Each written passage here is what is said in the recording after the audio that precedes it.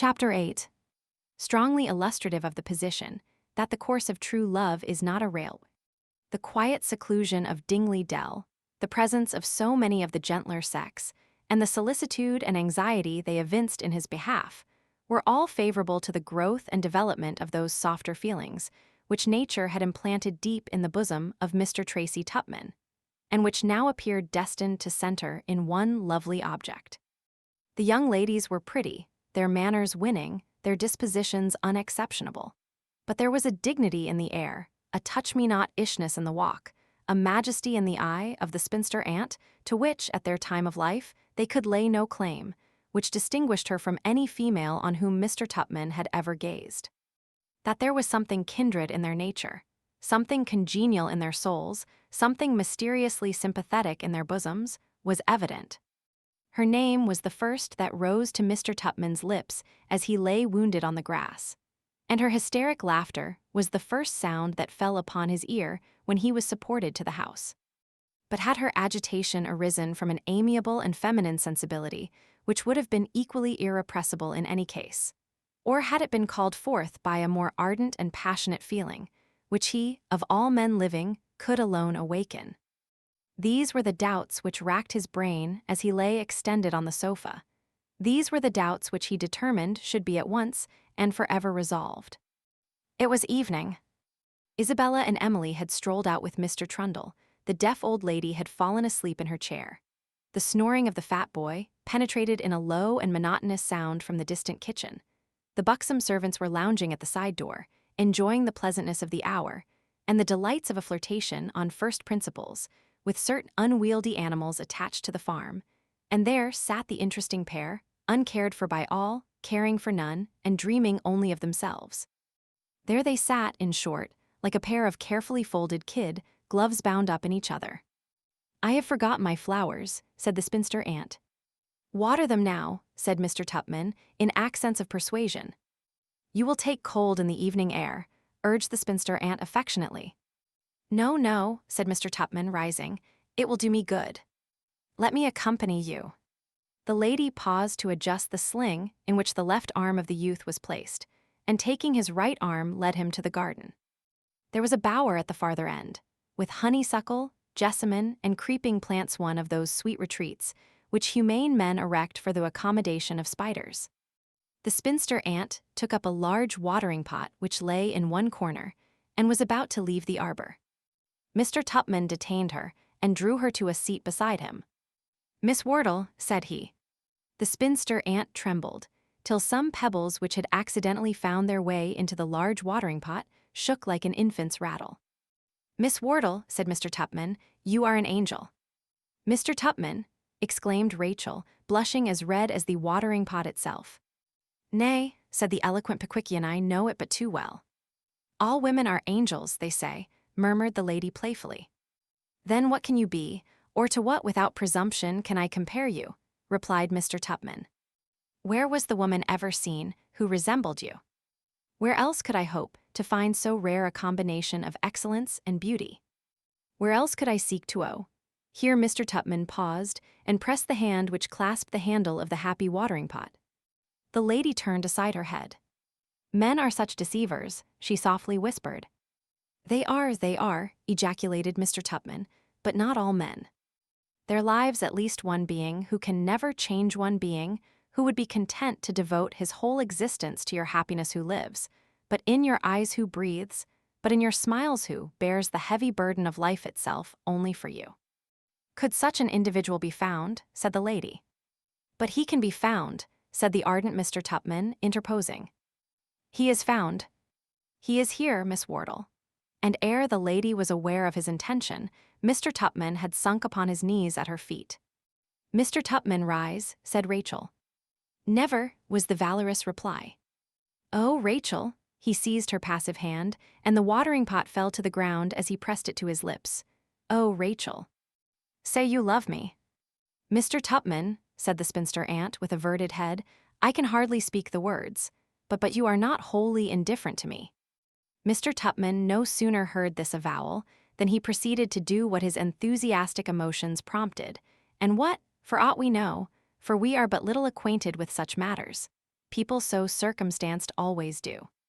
He jumped up and, throwing his arm round the neck of the spinster aunt, imprinted upon her lips numerous kisses, which after a due show of struggling and resistance, she received so passively that there is no telling how many more Mr. Tupman might have bestowed if the lady had not given a very unaffected start, and exclaimed in an affrighted tone, "Mr. Tupman, we are observed, we are discovered." Mr. Tupman looked round. There was the fat boy, perfectly motionless, with his large circular eyes staring into the arbor, but without the slightest expression on his face that the most expert physiognomist could have referred to astonishment, curiosity, or any other known passion that agitates the human breast. Mr. Tupman gazed on the fat boy, and the fat boy stared at him. And the longer Mr. Tupman observed the utter vacancy of the fat boy's countenance, the more convinced he became that he either did not know, or did not understand, anything that had been going forward. Under this impression, he said with great firmness, "What do you want here, sir?" "Supper's ready, sir," was the prompt reply. "Have you just come here, sir?" inquired Mr. Tupman with a piercing look. "Just," replied the fat boy. Mr. Tupman looked at him very hard again, but there was not a wink in his eye or a curve in his face. Mr. Tupman took the arm of the spinster aunt and walked towards the house. The fat boy followed behind. "He knows nothing of what has happened," he whispered. "Nothing," said the spinster aunt. There was a sound behind them, as of an imperfectly suppressed chuckle. Mr. Tupman turned sharply round. No, it could not have been the fat boy. There was not a gleam of mirth, or anything but feeding in his whole visage. "He must have been fast asleep," whispered Mr. Tupman. "I have not the least doubt of it," replied the spinster aunt. They both laughed heartily. Mr. Tupman was wrong. The fat boy, for once, had not been fast asleep. He was awake wide awake to what had been going forward. The supper passed off without any attempt at a general conversation. The old lady had gone to bed. Isabella Wardle devoted herself exclusively to Mr. Trundle.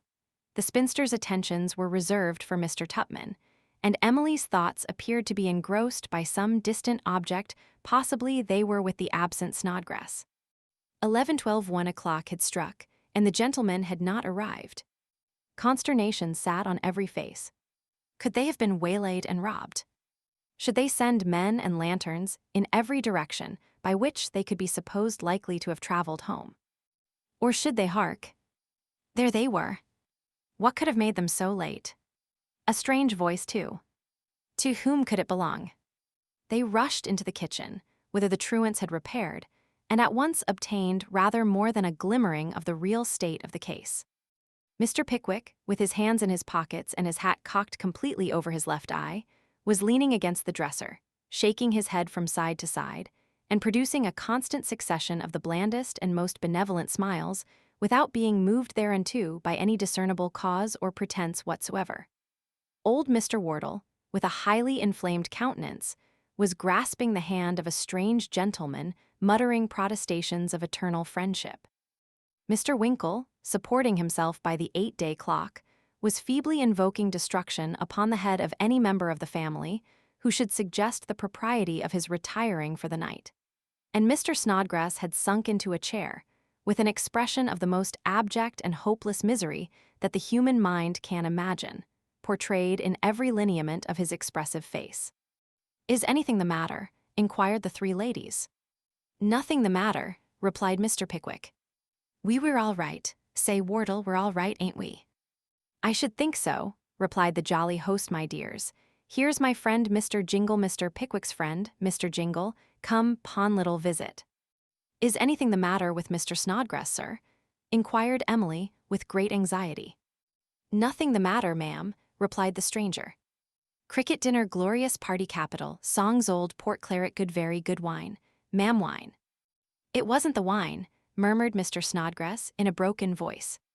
"It was the salmon. Somehow or other, it never is the wine in these cases." "Hadn't they better go to bed, ma'am?" inquired Emma. "Two of the boys will carry the gentleman upstairs." "I won't go to bed," said Mr. Winkle firmly. "No living boy shall carry me," said Mr. Pickwick stoutly, and he went on smiling as before. "Hurrah!" gasped Mr. Winkle faintly. "Hurrah!" echoed Mr. Pickwick, taking off his hat and dashing it on the floor, and insanely casting his spectacles into the middle of the kitchen. At this humorous feat, he laughed outright. "Let's have 'nother bottle," cried Mr. Winkle, commencing in a very loud key and ending in a very faint one. His head dropped upon his breast, and, muttering his invincible determination not to go to his bed, and a sanguinary regret that he had not done for old Tupman, in the morning he fell fast asleep. In which condition he was borne to his apartment by two young giants under the personal superintendence of the fat boy, to whose protecting care Mr. Snodgrass shortly afterwards confided his own person. Mr. Pickwick accepted the proffered arm of Mr. Tupman and quietly disappeared, smiling more than ever. And Mr. Wardle, after taking as affectionate a leave of the whole family as if he were ordered for immediate execution, consigned to Mr. Trundle the honor of conveying him upstairs, and retired with a very futile attempt to look impressively solemn and dignified. "What a shocking scene," said the spinster aunt. "Disgusting," ejaculated both the young ladies. "Dreadful, dreadful," said Jingle, looking very grave. He was about a bottle and a half ahead of any of his companions. "Horrid spectacle, very." "What a nice man," whispered the spinster aunt to Mr. Tupman. "Good-looking, too," whispered Emily Wardle. "Oh, decidedly," observed the spinster aunt. Mr. Tupman thought of the widow at Rochester, and his mind was troubled. The succeeding half-hour's conversation was not of a nature to calm his perturbed spirit. The new visitor was very talkative, and the number of his anecdotes was only to be exceeded by the extent of his politeness. Mr. Tupman felt that as Jingle's popularity increased, he, Tupman, retired further into the shade. His laughter was forced, his merriment feigned, and when at last he laid his aching temples between the sheets, he thought, with horrid delight, on the satisfaction it would afford him to have Jingle's head at that moment between the feather bed and the mattress. The indefatigable stranger rose betimes next morning, and, although his companions remained in bed overpowered with the dissipation of the previous night, exerted himself most successfully to promote the hilarity of the breakfast table. So successful were his efforts that even the deaf old lady insisted on having one or two of his best jokes retailed through the trumpet, and even she condescended to observe to the spinster aunt that he, meaning Jingle, was an impudent young fellow. A sentiment in which all her relations then and their present thoroughly coincided. It was the old lady's habit on the fine summer mornings to repair to the arbor in which Mr. Tupman had already signalized himself, in form and manner following. First, the fat boy fetched from a peg behind the old lady's bedroom door a close black satin bonnet, a warm cotton shawl, and a thick stick with a capacious handle. And the old lady, having put on the bonnet and shawl at her leisure, would lean one hand on the stick and the other on the fat boy's shoulder, and walk leisurely to the arbor, where the fat boy would leave her to enjoy the fresh air for the space of half an hour, at the expiration of which time he would return and reconduct her to the house. The old lady was very precise and very particular, and as this ceremony had been observed for 3 successive summers without the slightest deviation from the accustomed form, she was not a little surprised on this particular morning to see the fat boy, instead of leaving the arbor, walk a few paces out of it, look carefully round him in every direction, and return towards her with great stealth and an air of the most profound mystery. The old lady was timorous most old ladies, and her first impression was that the bloated lad was about to do her some grievous bodily harm with the view of possessing himself of her loose coin. She would have cried for assistance, but age and infirmity had long ago deprived her of the power of screaming. She, therefore, watched his motions with feelings of intense horror which were in no degree diminished by his coming close up to her and shouting in her ear in an agitated, and as it seemed to her, a threatening tone. "Mrs." Now it so happened that Mr. Jingle was walking in the garden close to the arbor at that moment. He too heard the shouts of Mrs., and stopped to hear more. There were 3 reasons for his doing so. In the first place, he was idle and curious. Secondly, he was by no means scrupulous. Thirdly, and lastly, he was concealed from view by some flowering shrubs. So there he stood, and there he listened. "Mrs.," shouted the fat boy. "Well, Joe," said the trembling old lady. "I'm sure I have been a good mistress to you, Joe." You have invariably been treated very kindly. You have never had too much to do, and you have always had enough to eat." This last was an appeal to the fat boy's most sensitive feelings. He seemed touched, as he replied emphatically, "I knows I has." "Then what can you want to do now?" said the old lady, gaining courage. "I wants to make your flesh creep," replied the boy. This sounded like a very bloodthirsty mode of showing one's gratitude, and as the old lady did not precisely understand the process by which such a result was to be attained, all her former horrors returned. "What do you think I see in this very arbor last night?" inquired the boy. "Bless us!" "What?" exclaimed the old lady, alarmed at the solemn manner of the corpulent youth. "The strange gentleman him as had his arm her tay kissin' and huggin'." "Who, Joe?" "None of the servants, I hope." "Worser than that," roared the fat boy in the old lady's ear. "Not one of my grandaters." "Worser than that." "Worse than that, Joe," said the old lady, who had thought this the extreme limit of human atrocity. "Who was it, Joe?" "I insist upon knowing."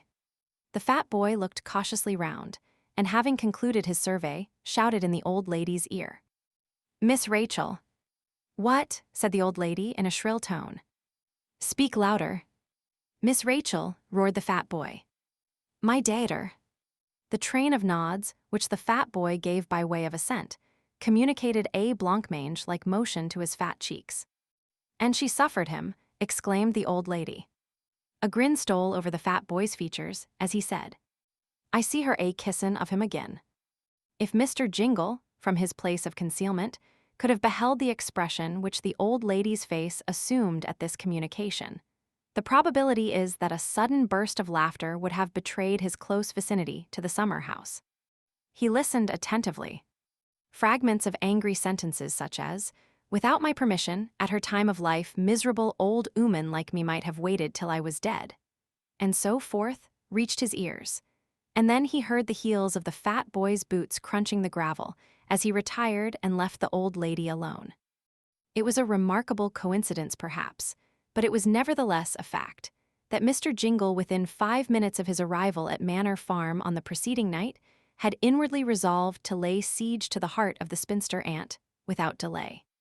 He had observation enough to see that his offhand manner was by no means disagreeable to the fair object of his attack, and he had more than a strong suspicion that she possessed that most desirable of all requisites, a small independence. The imperative necessity of ousting his rival by some means or other flashed quickly upon him, and he immediately resolved to adopt certain proceedings tending to that end and object without a moment's delay. Fielding tells us that man is fire and woman tow, and the Prince of Darkness sets a light to M. Mr. Jingle knew that young men, to spinster aunts, are as lighted gas to gunpowder, and he determined to essay the effect of an explosion without loss of time.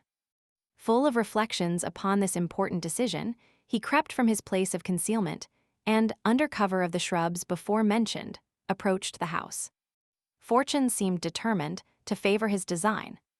Mr. Tupman and the rest of the gentlemen left the garden by the side gate just as he obtained a view of it, and the young ladies, he knew, had walked out alone soon after breakfast. The coast was clear. The breakfast parlor door was partially open. He peeped in. The spinster aunt was knitting. He coughed, she looked up and smiled. Hesitation formed no part of Mr. Alfred Jingle's character. He laid his finger on his lips mysteriously, walked in, and closed the door. "Miss Wardle," said Mr. Jingle, with affected earnestness, "forgive intrusion short acquaintance no time for ceremonial discovered." "Sir," said the spinster aunt, rather astonished by the unexpected apparition and somewhat doubtful of Mr. Jingle's sanity. "Hush," said Mr. Jingle, in a stage whisper, large boy dumpling face, round eyes, rascal. Here he shook his head expressively, and the spinster aunt trembled with agitation. "I presume you allude to Joseph, sir," said the lady, making an effort to appear composed. "Yes, ma'am, damn that Joe treacherous dog. Joe told the old lady furious while draving Arbor Tupman kissing, and hugging all that sort of thing, ma'am, Mr. Jingle," said the spinster aunt, "if you come here, sir, to insult me." "Not at all, by no means," replied the unabashed Mr. Jingle overheard the tale came to warn you of your danger tender, my services prevent the hubbub.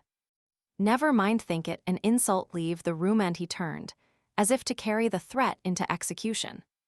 What shall I do? Said the poor spinster, bursting into tears. My brother will be furious. Of course he will, said Mr. Jingle, pausing outrageous. Oh, Mr. Jingle, what can I say?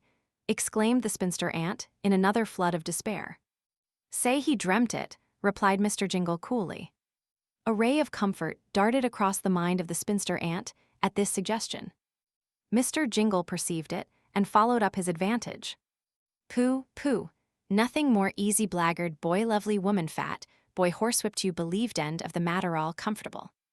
Whether the probability of escaping from the consequences of this ill-timed discovery was delightful to the spinster's feelings, or whether the hearing herself described as a lovely woman softened the asperity of her grief, we know not.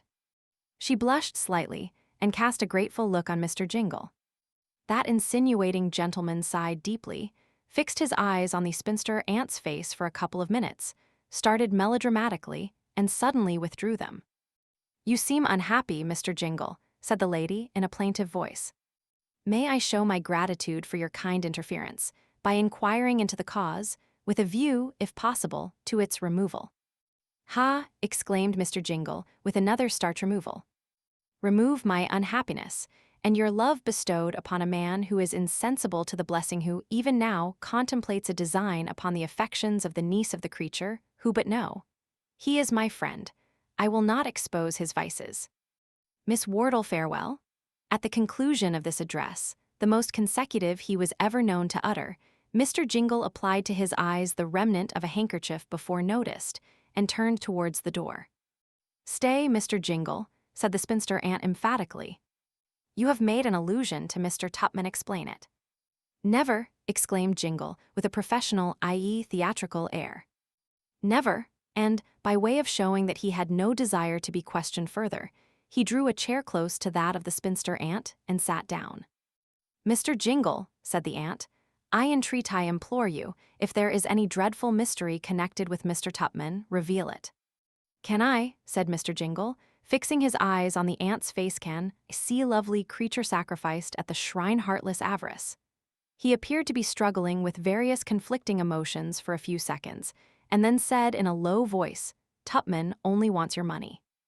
The wretch, exclaimed the spinster, with energetic indignation. Mr. Jingle's doubts were resolved. She had money. More than that, said Jingle loves another. Another, ejaculated the spinster. Who? Short girl, black eyes niece Emily. There was a pause. Now, if there was one individual in the whole world, of whom the spinster aunt entertained a mortal and deep-rooted jealousy, it was this identical niece. The color rushed over her face and neck, and she tossed her head in silence with an air of ineffable contempt. At last, biting her thin lips and bridling up, she said, It can't be. I won't believe it. Watch M, said Jingle. I will, said the aunt. Watch his looks. I will. His whispers. I will. He'll sit next her at table. Let him. He'll flatter her. Let him. He'll pay her every possible attention. Let him. And he'll cut you. Cut me, screamed the spinster aunt. He cut me, will he? And she trembled with rage and disappointment. You will convince yourself, said Jingle. I will. You'll show your spirit. I will. You'll not have him afterwards. Never. You'll take somebody else. Yes. You shall. Mr. Jingle fell on his knees, remained thereupon for 5 minutes thereafter, and rose the accepted lover of the spinster aunt, conditionally, upon Mr. Tupman's perjury being made clear and manifest. The burden of proof lay with Mr. Alfred Jingle, and he produced his evidence that very day at dinner. The spinster aunt could hardly believe her eyes. Mr. Tracy Tupman was established at Emily's side, ogling, whispering, and smiling, in opposition to Mr. Snodgrass. Not a word, not a look, not a glance, did he bestow upon his heart's pride of the evening before. Damn that boy, thought old Mr. Wardle to himself. He had heard the story from his mother. Damn that boy. He must have been asleep. It's all imagination. Traitor, thought the spinster aunt. Dear Mr. Jingle was not deceiving me. Hey, how I hate the wretch. The following conversation may serve to explain to our readers this apparently unaccountable alteration of deportment on the part of Mr. Tracy Tupman. The time was evening, the scene the garden. There were two figures walking in a side path. One was rather short and stout, the other tall and slim. They were Mr. Tupman and Mr. Jingle. The stout figure commenced the dialogue. How did I do it? He inquired. Splendid capital, couldn't act better myself. You must repeat the part tomorrow every evening, till further notice. Does Rachel still wish it? Of course she don't like it, but must be done. Avert suspicion, afraid of her brother says. There's no help for it, only a few days more when old folks blinded crown your happiness. Any message? Love best, love kindest, regards unalterable affection. Can I say anything for you? My dear fellow, replied the unsuspicious Mr. Tupman, fervently grasping his friend's hand, carry my best love, say how hard I find it to dissemble, say anything that's kind. But add how sensible I am of the necessity of the suggestion she made to me, through you, this morning. Say I applaud her wisdom and admire her discretion. I will. Anything more?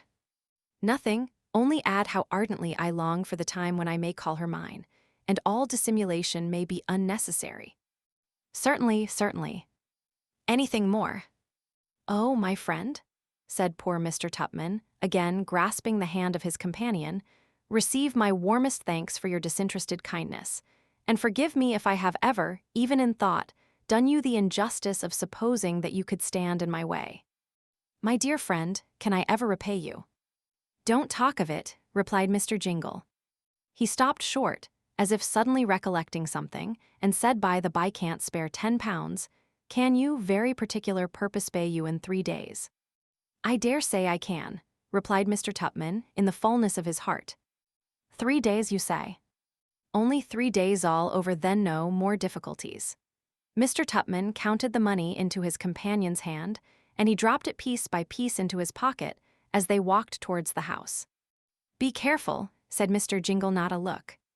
Not a wink, said Mr. Tupman. Not a syllable. Not a whisper. All your attentions to the niece, rather rude than otherwise, to the aunt, only way of deceiving the old ones. I'll take care, said Mr. Tupman aloud. And I'll take care, said Mr. Jingle internally, and they entered the house. The scene of that afternoon was repeated that evening, and on the 3 afternoons and evenings next ensuing. On the 4th, the host was in high spirits, for he had satisfied himself that there was no ground for the charge against Mr. Tupman. So was Mr. Tupman, for Mr. Jingle had told him that his affair would soon be brought to a crisis. So was Mr. Pickwick, for he was seldom otherwise. So was not Mr. Snodgrass, for he had grown jealous of Mr. Tupman. So was the old lady, for she had been winning at whist. So were Mr. Jingle and Miss Wardle, for reasons of sufficient importance in this eventful history to be narrated in another chapter. Chapter 9. A Discovery and a Chase. The supper was ready laid, the chairs were drawn round the table, bottles, jugs, and glasses were arranged upon the sideboard, and everything betokened the approach of the most convivial period in the whole 24 hours. Where's Rachel? Said Mr. Wardle. I and Jingle, added Mr. Pickwick. Dear me, said the host, I wonder I haven't missed him before. Why, don't think I've heard his voice for 2 hours at least. Emily, my dear, ring the bell. The bell was rung, and the fat boy appeared. Where's Miss Rachel? He couldn't say. Where's Mr. Jingle, then? He didn't know. Everybody looked surprised. It was late past 11 o'clock. Mr. Tupman laughed in his sleeve. They were loitering somewhere, talking about him. Ha. Capital notion, that funny. Never mind, said Wardle after a short pause. They'll turn up presently, I dare say. I never wait supper for anybody. Excellent rule, that, said Mr. Pickwick, admirable. Pray sit down, said the host. Certainly, said Mr. Pickwick, and down they sat. There was a gigantic round of cold beef on the table, and Mr. Pickwick was supplied with a plentiful portion of it. He had raised his fork to his lips, and was on the very point of opening his mouth for the reception of a piece of beef, when the hum of many voices suddenly arose in the kitchen. He paused and laid down his fork. Mr. Wardle paused too, and insensibly released his hold of the carving knife, which remained inserted in the beef. He looked at Mr. Pickwick. Mr. Pickwick looked at him. Heavy footsteps were heard in the passage. The parlor door was suddenly burst open, and the man who had cleaned Mr. Pickwick's boots on his first arrival rushed into the room, followed by the fat boy and all the domestics. "What the devil's the meaning of this?" exclaimed the host. "The kitchen chimney ain't afire, is it, Emma?" inquired the old lady. "Lord, Grandma." "No," screamed both the young ladies. "What's the matter?" roared the master of the house. The man gasped for breath and faintly ejaculated, "They ha gone, masser, gone right clean off, sir." At this juncture Mr. Tupman was observed to lay down his knife and fork and to turn very pale.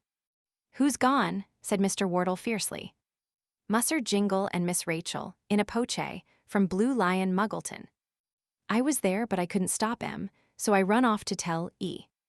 I paid his expenses," said Mr. Tupman, jumping up frantically. "He's got £10 of mine. Stop him, he's swindled me. I won't bear it. I'll have justice, Pickwick. I won't stand it." And with sundry incoherent exclamations of the like nature, the unhappy gentleman spun round and round the apartment in a transport of frenzy. "Lord preserve us!" ejaculated Mr. Pickwick, eyeing the extraordinary gestures of his friend with terrified surprise. "He's gone mad. What shall we do?" "Do," said the stout old host, who regarded only the last words of the sentence. "Put the horse in the gig. I'll get a chaise at the Lion, and follow M instantly." "Where?" he exclaimed, as the man ran out to execute the commission. "Where's that villain Joe?" "Here I am." "But I hain't a villain," replied a voice. It was the fat boy, S. "Let me get at him, Pickwick," cried Wardle, as he rushed at the ill-starred youth. "He was bribed by that scoundrel Jingle to put me on a wrong scent by telling a cock-and-bull story of my sister and your friend Tupman." Here Mr. Tupman sank into a chair. "Let me get at him." "Don't let him," screamed all the women, above whose exclamations the blubbering of the fat boy was distinctly audible. "I won't be held," cried the old man. "Mr. Winkle, take your hands off." "Mr. Pickwick, let me go, sir." It was a beautiful sight, in that moment of turmoil and confusion, to behold the placid and philosophical expression of Mr. Pickwick's face, albeit somewhat flushed with exertion, as he stood with his arms firmly clasped round the extensive waist of their corpulent host, thus restraining the impetuosity of his passion, while the fat boy was scratched, and pulled, and pushed from the room by all the females congregated therein. He had no sooner released his hold than the man entered to announce that the gig was ready. "Don't let him go alone," screamed the females. "He'll kill somebody." "I'll go with him," said Mr. Pickwick. "You're a good fellow, Pickwick," said the host, grasping his hand. "Emma, give Mr. Pickwick a shawl to tie round his neck. Make haste. Look after your grandmother, girls, she has fainted away. Now then, are you ready?" Mr. Pickwick's mouth and chin having been hastily enveloped in a large shawl, his hat having been put on his head, and his greatcoat thrown over his arm, he replied in the affirmative. They jumped into the gig. "Give her her head, Tom," cried the host, and away they went down the narrow lanes, jolting in and out of the cart ruts and bumping up against the hedges on either side, as if they would go to pieces every moment. "How much are they ahead?" shouted Wardle, as they drove up to the door of the Blue Lion, round which a little crowd had collected, late as it was. "Not above 3/4 of an hour," was everybody's reply. "Chaise and four directly, out with M. Put up the gig afterwards." "Now, boys," cried the landlord, "chaise and four out, make haste, look alive there." Away ran the hostlers and the boys. The lanterns glimmered as the men ran to and fro. The horses' hoofs clattered on the uneven paving of the yard, the chaise rumbled as it was drawn out of the coach-house, and all was noise and bustle. "Now then, is that chaise coming out tonight?" cried Wardle. "Coming down the yard now, sir," replied the hostler. Out came the chaise in, went the horses on, sprang the boys in, got the travellers. "Mind the 7-mile stage in less than half an hour," shouted Wardle. "Off with you." The boys applied whip and spur, the waiters shouted, the hostlers cheered, and away they went, fast and furiously. Pretty situation, thought Mr. Pickwick, when he had had a moment's time for reflection. Pretty situation for the general chairman of the Pickwick Club. Damp chaise strange, horses 15 miles an hour and 12 o'clock at night. For the first 3 or 4 miles, not a word was spoken by either of the gentlemen, each being too much immersed in his own reflections to address any observations to his companion. When they had gone over that much ground, however, and the horses getting thoroughly warmed began to do their work in really good style, Mr. Pickwick became too much exhilarated with the rapidity of the motion to remain any longer perfectly mute. "We're sure to catch them, I think," said he. "Hope so," replied his companion. "Fine night," said Mr. Pickwick, looking up at the moon, which was shining brightly. "So much the worse," returned Wardle, "for they'll have had all the advantage of the moonlight to get the start of us, and we shall lose it. It will have gone down in another hour." "It will be rather unpleasant going at this rate in the dark, won't it?" inquired Mr. Pickwick. "I dare say it will," replied his friend dryly.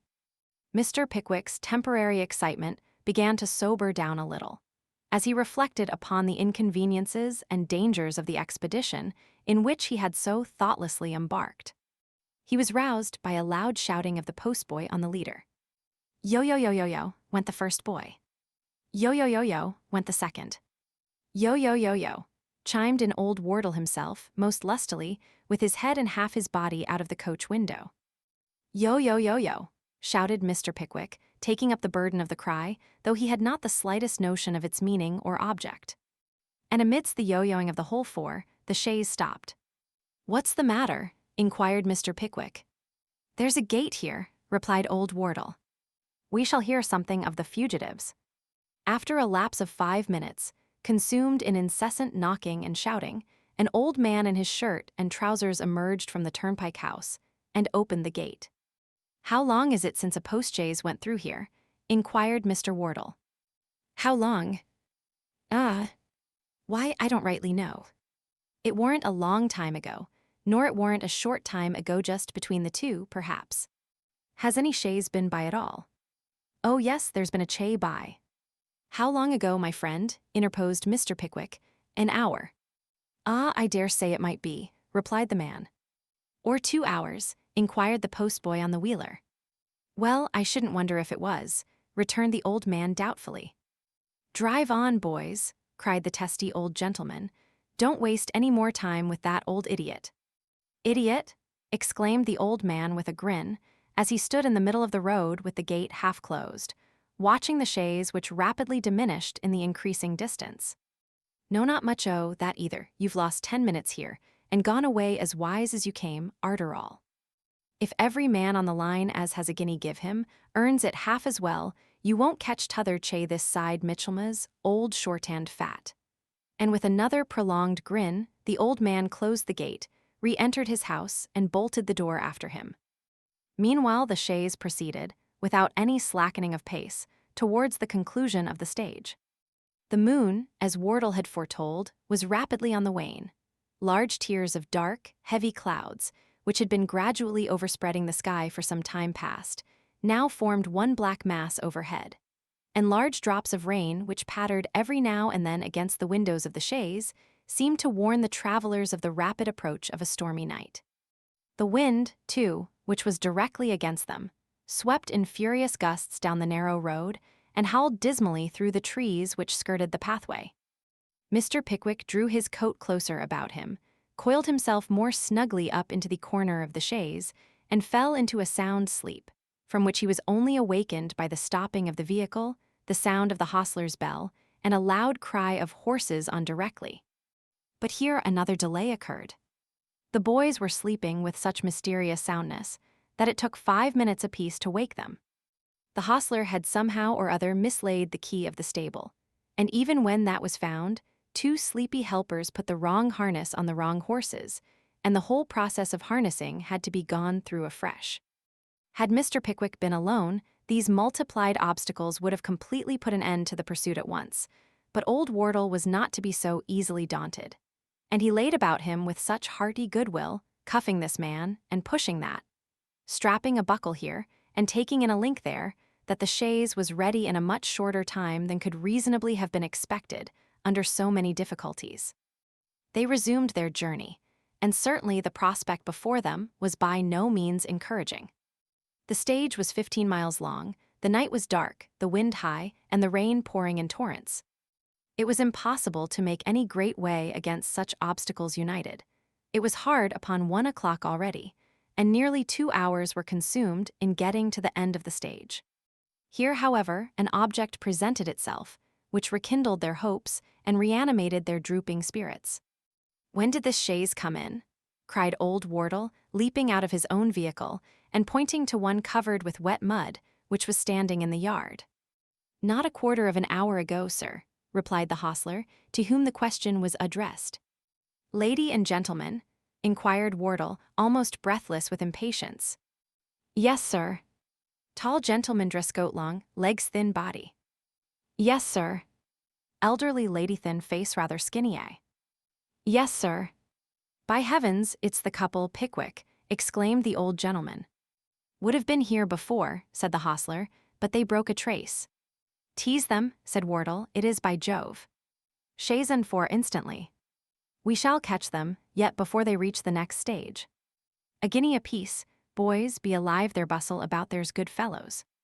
And with such admonitions as these, the old gentleman ran up and down the yard, and bustled to and fro, in a state of excitement which communicated itself to Mr. Pickwick also, and under the influence of which, that gentleman got himself into complicated entanglements with harness, and mixed up with horses and wheels of chaises, in the most surprising manner, firmly believing that by so doing he was materially forwarding the preparations for their resuming their journey. Jump in," cried old Wardle, climbing into the chaise, pulling up the steps, and slamming the door after him. "Come along. Make haste," and before Mr. Pickwick knew precisely what he was about, he felt himself forced in at the other door, by one pull from the old gentleman and one push from the hostler, and off they were again. "We are moving now," said the old gentleman exultingly. They were indeed, as was sufficiently testified to Mr. Pickwick, by his constant collision either with the hard woodwork of the chaise or the body of his companion. "Hold up," said the stout old Mr. Wardle, as Mr. Pickwick dived head foremost into his capacious waistcoat. "I never did feel such a jolting in my life," said Mr. Pickwick.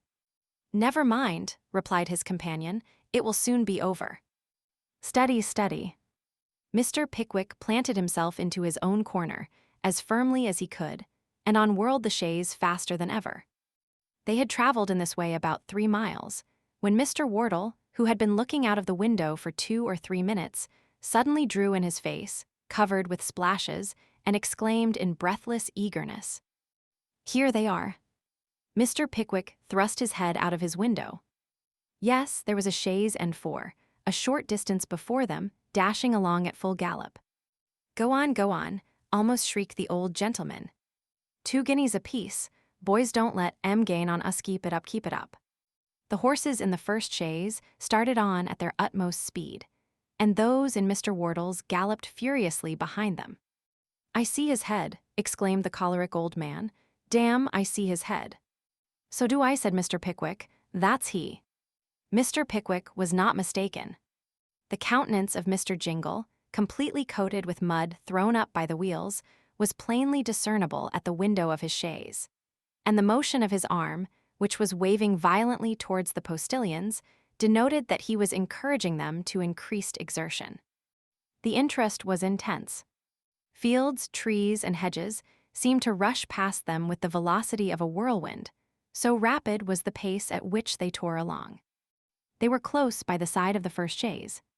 Jingle's voice could be plainly heard, even above the din of the wheels, urging on the boys. Old Mr. Wardle foamed with rage and excitement. He roared out scoundrels and villains by the dozen, clenched his fist and shook it expressively at the object of his indignation. But Mr. Jingle only answered with a contemptuous smile, and replied to his menaces by a shout of triumph, as his horses, answering the increased application of whip and spur, broke into a faster gallop and left the pursuers behind. Mr. Pickwick had just drawn in his head, and Mr. Wardle, exhausted with shouting, had done the same, when a tremendous jolt threw them forward against the front of the vehicle. There was a sudden bumpa, loud crash, away rolled a wheel, and over went the chaise. After a very few seconds of bewilderment and confusion, in which nothing but the plunging of horses and breaking of glass could be made out, Mr. Pickwick felt himself violently pulled out from among the ruins of the chaise, and as soon as he had gained his feet, extricated his head from the skirts of his greatcoat, which materially impeded the usefulness of his spectacles, the full disaster of the case met his view. Old Mr. Wardle, without a hat, and his clothes torn in several places, stood by his side, and the fragments of the chaise lay scattered at their feet. The postboys, who had succeeded in cutting the traces, were standing, disfigured with mud and disordered by hard riding, by the horses' heads. About 100 yards in advance was the other chaise, which had pulled up on hearing the crash.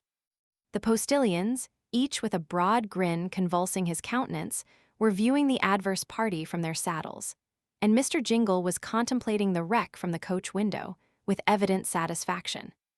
The day was just breaking, and the whole scene was rendered perfectly visible by the gray light of the morning.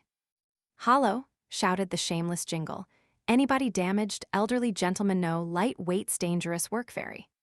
"You're a rascal," roared Wardle. "Ha! Ha!" replied Jingle. And then he added, with a knowing wink and a jerk of the thumb towards the interior of the chaise, "She's very well desires her compliments, begs you won't trouble yourself, love, to Tuppy, won't you get up behind? Drive on, boys." The postilions resumed their proper attitudes, and away rattled the chaise, Mr. Jingle fluttering in derision a white handkerchief from the coach window. Nothing in the whole adventure, not even the upset, had disturbed the calm and equable current of Mr. Pickwick's temper. The villainy, however, which could first borrow money of his faithful follower, and then abbreviate his name to Tuppy, was more than he could patiently bear. He drew his breath hard, and colored up to the very tips of his spectacles, as he said, slowly and emphatically, "If ever I meet that man again, I'll—" "Yes, yes," interrupted Wardle, "that's all very well, but while we stand talking here, they'll get their license and be married in London." Mr. Pickwick paused, bottled up his vengeance, and corked it down. "How far is it to the next stage?" inquired Mr. Wardle of one of the boys. "6 mile, ain't it, Tom?" "Rather better. Rather better nor 6 mile, sir." "Can't be helped," said Wardle. "We must walk it, Pickwick." "No help for it," replied that truly great man.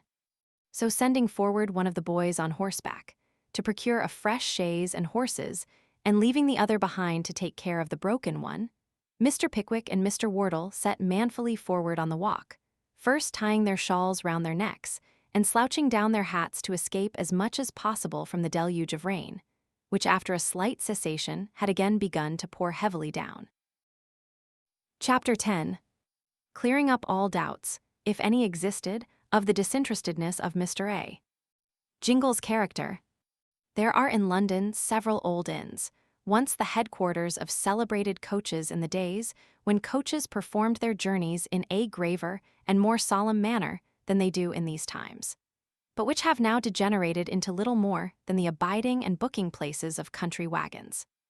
The reader would look in vain for any of these ancient hostelries, among the golden crosses and bull and mouths, which rear their stately fronts in the improved streets of London. If he would light upon any of these old places, he must direct his steps to the obscurer quarters of the town, and there, in some secluded nooks, he will find several, still standing with a kind of gloomy sturdiness amidst the modern innovations which surround them. In the borough especially, there still remain some half-dozen old inns, which have preserved their external features unchanged, and which have escaped alike the rage for public improvement and the encroachments of private speculation. Great, rambling, queer old places they are, with galleries and passages and staircases, wide enough and antiquated enough to furnish materials for 100 ghost stories. Supposing we should ever be reduced to the lamentable necessity of inventing any, and that the world should exist long enough to exhaust the innumerable veracious legends connected with Old London Bridge and its adjacent neighborhood on the Surrey side.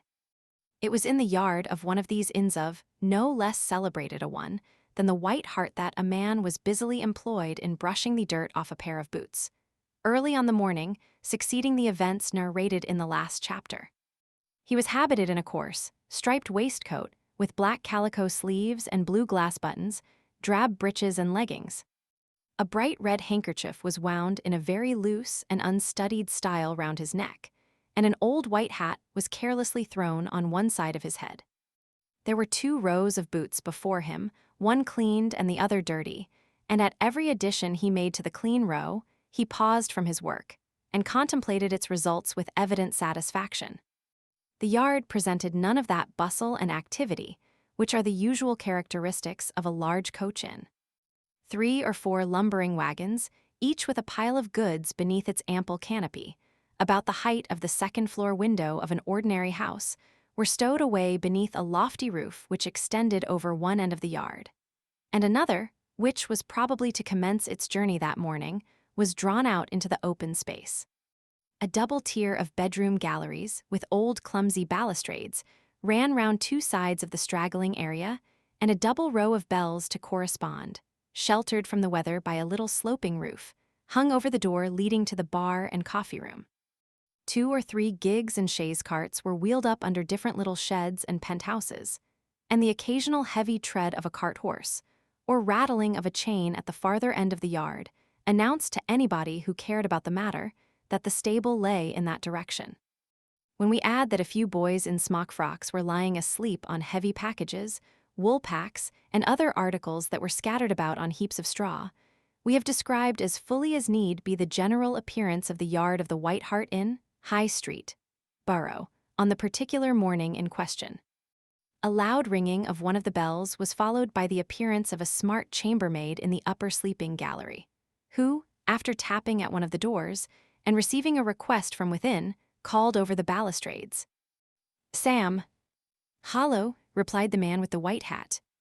"Number 22 wants his boots. Ask number 22 whether he'll have 'em now or vait till he gets 'em," was the reply. "Come, don't be a fool, Sam," said the girl coaxingly. "The gentleman wants his boots directly." "Well, you are a nice young 'ooman for a musical party, you are," said the boot cleaner. "Look at these here boots, 11 pair o' boots, and 1 shoe as belongs to number 6, with the wooden leg. The 11 boots is to be called at 8:30, and the shoe at 9. Who's number 22, that's to put all the others out.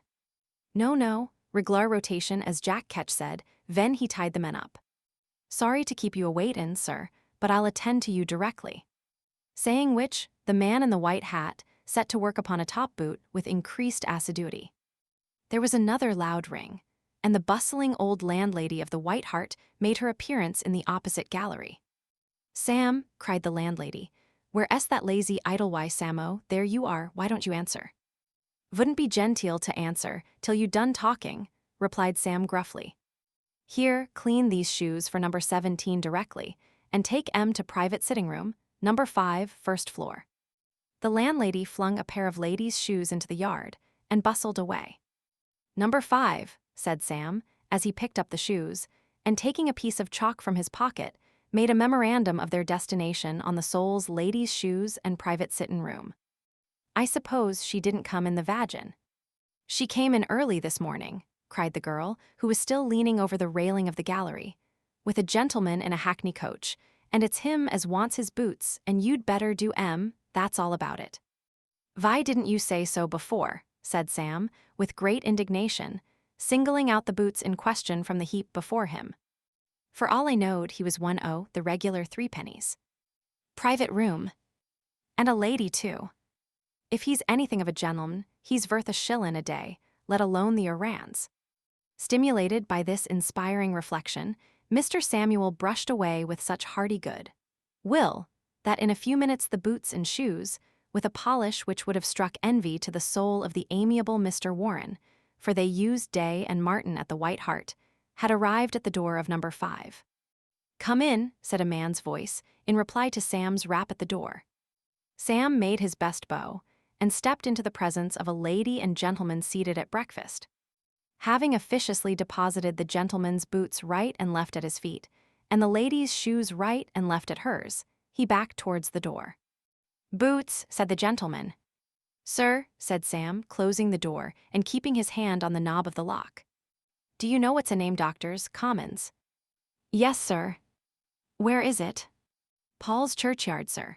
Low archway on the carriage side, booksellers at one corner, hotel on the other, and 2 porters in the middle as touts for licenses. Touts for licenses, said the gentleman. Touts for licenses, replied Sam. 2 coves in V-height aprons touches their hats venue walk in license, sir, license.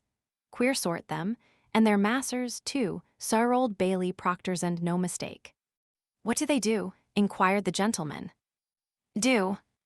You, sir. That ain't the worst on it, neither. They puts things into old gentlemen's heads as they never dreamed of. My father, sir, was a coachman. A widower he was, and fat enough for anything uncommon fat, to be sure. His missus dies, and leaves him £400. Down he goes to the Commons, to see the lawyer, and draw the blunt very smart top boots on nosegay in his buttonhole broad-brimmed tile green, shawl quite the gentleman. Goes through the archway, thinking how he should invest the money. Up comes the touter, touches his hat. License, sir, license? What's that? Says my father. License, sir, says he. What license? Says my father. Marriage license, says the touter. Dash my vesket, says my father. I never thought o' that. I think you wants one, sir, says the touter. My father pulls up and thinks a bit. No, says he. Damn, I'm too old. Besides, I'm a many sizes too large, says he. Not a bit on it, sir, says the touter. Think not? Says my father. I'm sure not, says he. We married a gentleman twice your size last Monday. Did you, though? Said my father. To be sure, we did, says the touter. You're a babby to him this way, sir, this way. And sure enough my father walks arter him, like a tame monkey behind a horgan, into a little back office. Vere a teller sat among dirty papers and tin boxes, making believe he was busy. Pray take a seat, while I makes out the affidavit, sir, says the lawyer. Thank ye, sir, says my father, and down he sat, and stared with all his eyes, and his mouth veedy open, at the names on the boxes. What's your name, sir, says the lawyer. Tony Weller, says my father. Parish, says the lawyer. Bell Savage, says my father, for he stopped there when he drove up, and he knowed nothing about parishes, he didn't. And what's the lady's name? Says the lawyer. My father was struck all of a heap. Blessed if I know, says he. Not know, says the lawyer. No more nor you do, says my father. Can't I put that in arterwards? Impossible, says the lawyer. Worry well, says my father, after he'd thought a moment. Put down Mrs. Clark. What Clark? Says the lawyer, dipping his pen in the ink. Susan Clark, Marquise O. Granby, Dorking, says my father. She'll have me if I ask. I dessay I never said nothing to her, but she'll have me, I know. The license was made out, and she did have him, and what's more, she's got him now, and I never had any of the £400, worse luck. Beg your pardon, sir, said Sam, when he had concluded, but when I gets on this here grievance, I runs on like a new barrow with the wheel greased. Having said which, and having paused for an instant to see whether he was wanted for anything more, Sam left the room. 9:30, just the time off at once, said the gentleman, whom we need hardly introduce as Mr. Jingle. Time for what? Said the spinster aunt coquettishly. License, dearest of angels, give notice at the church call you mind tomorrow, said Mr. Jingle, and he squeezed the spinster aunt's hand. The license, said Rachel, blushing. The license, repeated Mr. Jingle. In hurry, post-haste for a license, in hurry, ding-dong, I come back. How you run on, said Rachel. Run on nothing to the hours, days, weeks, months, years. When we're united run on they'll fly on bolt mizzle steam engine 1,000 horse power nothing to it. Can't we be married before tomorrow morning? Inquired Rachel. Impossible, can't be notice at the church leave, the license today ceremony come off tomorrow. I am so terrified, lest my brother should discover us, said Rachel. Discover nonsense, Stu, much shaken by the breakdown besides extreme, caution gave up the post-chaise walked, on took a hackney coach came, to the borough last place in the world that he'd look in capital notion that very. Don't be long, said the spinster affectionately, as Mr. Jingle stuck the pinched-up hat on his head. Long away from you, cruel charmer, and Mr. Jingle skipped playfully up to the spinster aunt, imprinted a chaste kiss upon her lips, and danced out of the room. Dear man, said the spinster, as the door closed after him. Rum old girl, said Mr. Jingle, as he walked down the passage. It is painful to reflect upon the perfidy of our species, and we will not, therefore, pursue the thread of Mr. Jingle's meditations as he wended his way to Doctors' Commons. It will be sufficient for our purpose to relate that, escaping the snares of the dragons in white aprons, who guard the entrance to that enchanted region, he reached the Vicar General's office in safety, and having procured a highly flattering address on parchment from the Archbishop of Canterbury, to his trusty and well-beloved Alfred Jingle and Rachel Wardle, greeting. He carefully deposited the mystic document in his pocket and retraced his steps in triumph to the Borough. He was yet on his way to the White Hart, when two plump gentlemen and one thin one entered the yard, and looked round in search of some authorized person of whom they could make a few inquiries. Mr. Samuel Weller happened to be at that moment engaged in burnishing a pair of painted tops, the personal property of a farmer who was refreshing himself with a slight lunch of 2 or 3 pounds of cold beef and a pot or two of porter after the fatigues of the Borough market. And to him the thin gentleman straightway advanced. "My friend," said the thin gentleman. "You're one o' the adwisag gratis order," thought Sam, "or you wouldn't be so worry fond o' me all at once." But he only said, "Well, sir."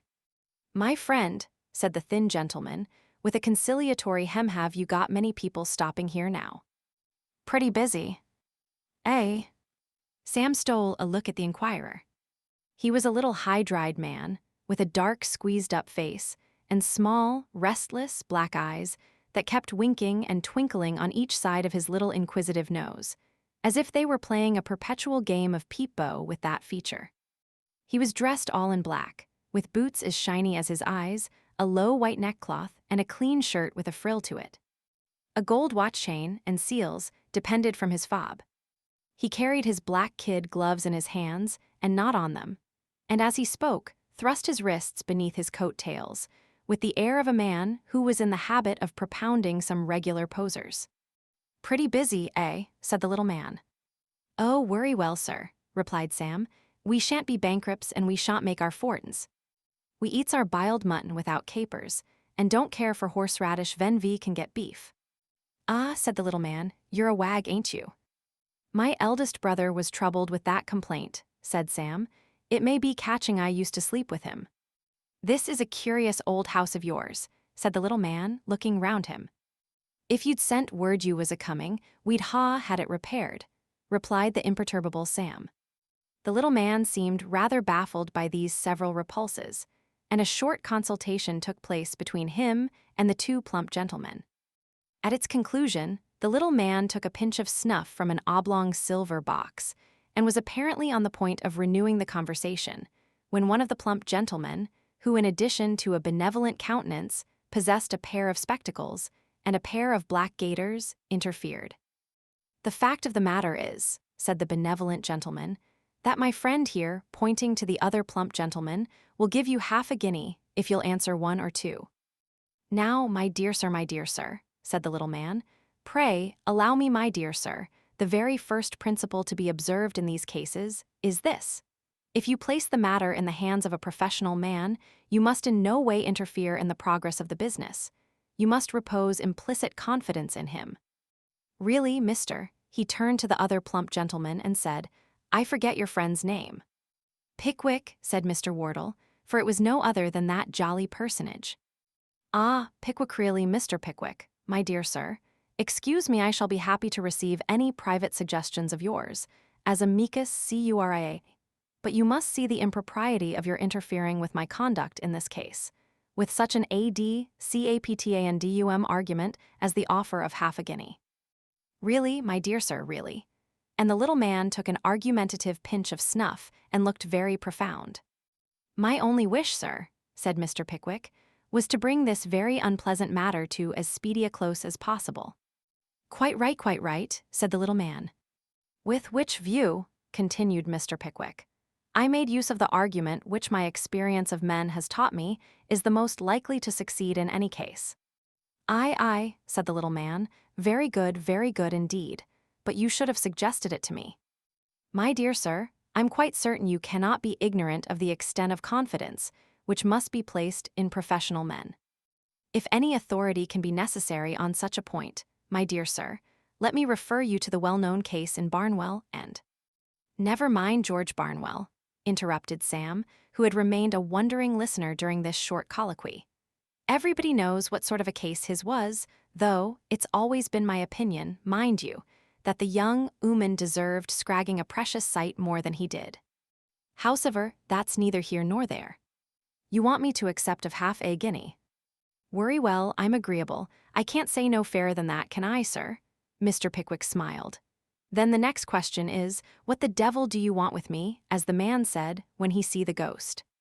We want to know, said Mr. Wardle. Now, my dear sir, interposed the busy little man. Mr. Wardle shrugged his shoulders and was silent. We want to know, said the little man solemnly. And we ask the question of you, in order that we may not awaken apprehensions, inside we want to know who you've got in this house at present. Who there is in the house, said Sam, in whose mind the inmates were always represented by that particular article of their costume, which came under his immediate superintendence. There's a wooden leg in number 6. There's a pair of Hessians in 13. There's 2 pair of halves in the commercial. There's these here painted tops in the snuggery inside the bar, and 5 more tops in the coffee room. Nothing more, said the little man. Stop a bit, replied Sam, suddenly recollecting himself. Yes, there's a pair of Wellingtons a good deal worn, and a pair o' ladies' shoes in number 5. What sort of shoes? Hastily inquired Wardle, who, together with Mr. Pickwick, had been lost in bewilderment at the singular catalogue of visitors. Country make, replied Sam. Any maker's name.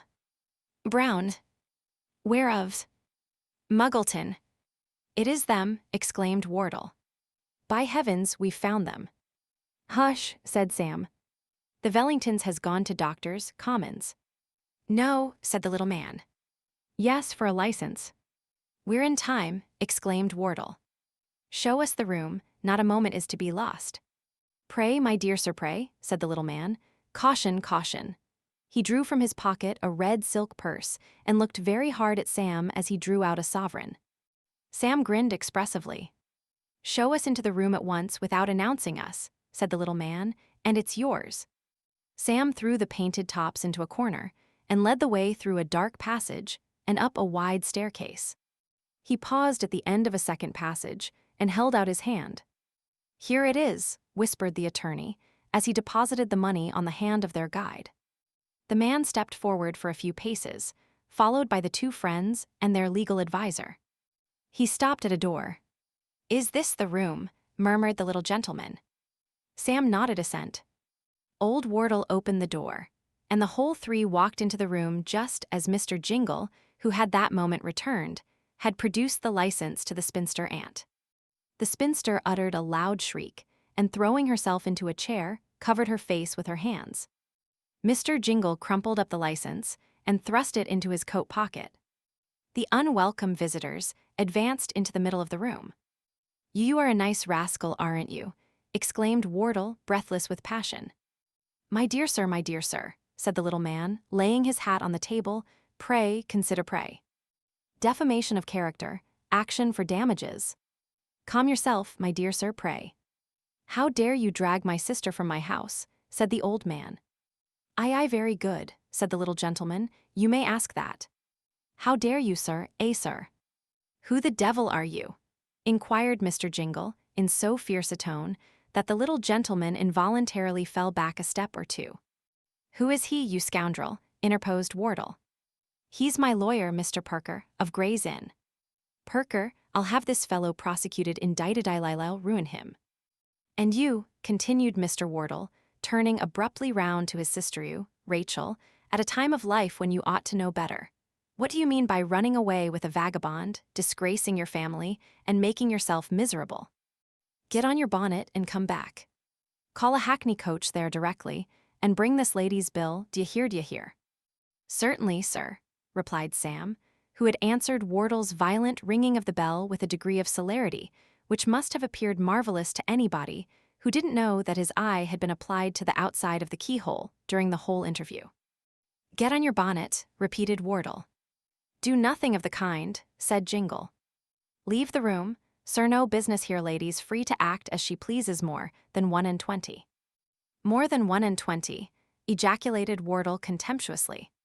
More than 1 in 40. I ain't, said the spinster aunt, her indignation getting the better of her determination to faint. You are, replied Wardle, you're 50 if you're an hour. Here the spinster aunt uttered a loud shriek, and became senseless. A glass of water, said the humane Mr. Pickwick, summoning the landlady. A glass of water, said the passionate Wardle. Bring a bucket and throw it all over her. It'll do her good, and she richly deserves it. You brute, ejaculated the kind-hearted landlady. Poor dear. And with sundry ejaculations of come now, there's a dear drink, a little of this it'll do you good, don't give way so there's a love. Etc., etc. The landlady, assisted by a chambermaid, proceeded to vinegar the forehead, beat the hands, titillate the nose, and unlace the stays of the spinster aunt, and to administer such other restoratives as are usually applied by compassionate females to ladies who are endeavoring to ferment themselves into hysterics. Coach is ready, sir, said Sam, appearing at the door. Come along, cried Wardle. I'll carry her downstairs. At this proposition, the hysterics came on with redoubled violence.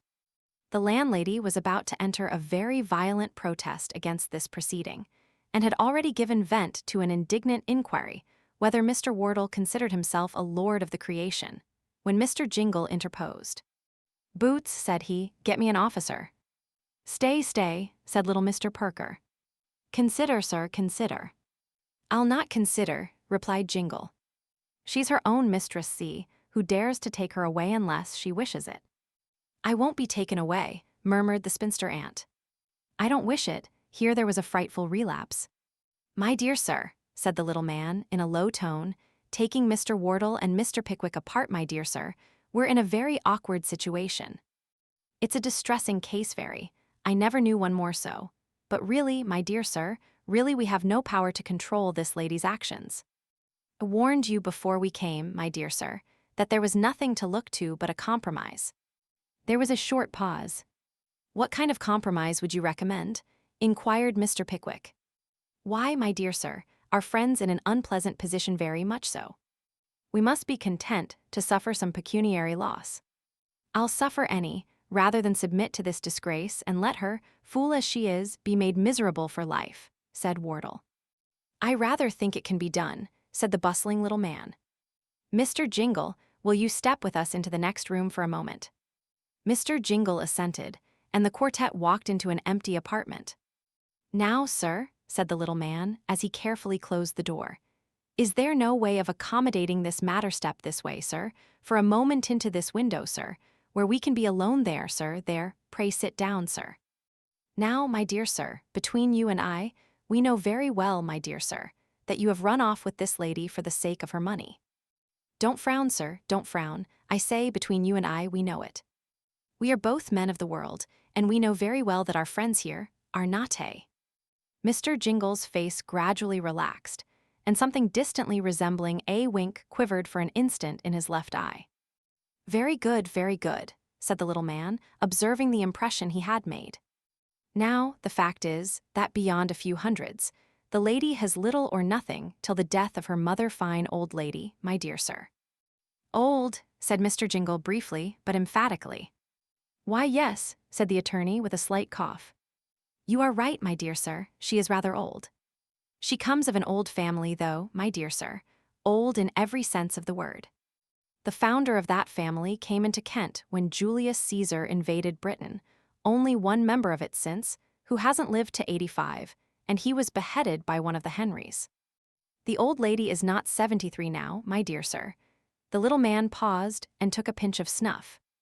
Well, cried Mr. Jingle. Well, my dear sir, you don't take snuff, ah. So much the better expensive habituel, my dear sir. You're a fine young man of the world, able to push your fortune, if you had capital, eh? Well, said Mr. Jingle again. Do you comprehend me? Not quite. Don't you think now, my dear sir, I put it to you, don't you think that £50 and liberty would be better than Miss Wardle and expectation? Won't do not half enough, said Mr. Jingle, rising. Nay, nay, my dear sir, remonstrated the little attorney, seizing him by the butt. Good round sum, a man like you could treble it in no time, great deal to be done with £50, my dear sir. More to be done with 150, replied Mr. Jingle coolly. Well, my dear sir, we won't waste time in splitting straws, resumed the little man. Say 70. Won't do, said Mr. Jingle. Don't go away, my dear sir, pray don't hurry, said the little man. 80, come, I'll write you a check at once. Won't do, said Mr. Jingle. Well, my dear sir, well, said the little man, still detaining him, just tell me what will do. Expensive affair, said Mr. Jingle. Money out of pocket posting, £9. License, 3, that's 12 compensation, 112 breach of honor and loss of the lady. Yes, my dear sir, yes, said the little man with a knowing look, never mind the last 2 items. That's 112, say, 100 come. And 20, said Mr. Jingle. Come, I'll write you a check, said the little man, and down he sat at the table for that purpose. I'll make it payable the day after tomorrow, said the little man, with a look towards Mr. Wardle, and we can get the lady away meanwhile. Mr. Wardle sullenly nodded assent. 100, said the little man. And 20, said Mr. Jingle. My dear sir, remonstrated the little man. Give it him, interposed Mr. Wardle, and let him go. The check was written by the little gentleman and pocketed by Mr. Jingle. Now leave this house instantly, said Wardle, starting up. My dear sir, urged the little man. And mind, said Mr. Wardle, that nothing should have induced me to make this compromise, not even a regard for my family, if I had not known that the moment you got any money in that pocket of yours, you'd go to the devil faster, if possible, than you would without it. My dear sir, urged the little man again. Be quiet, Perker, resumed Wardle. Leave the room, sir. Off directly, said the unabashed Jingle. Bye-bye, Pickwick.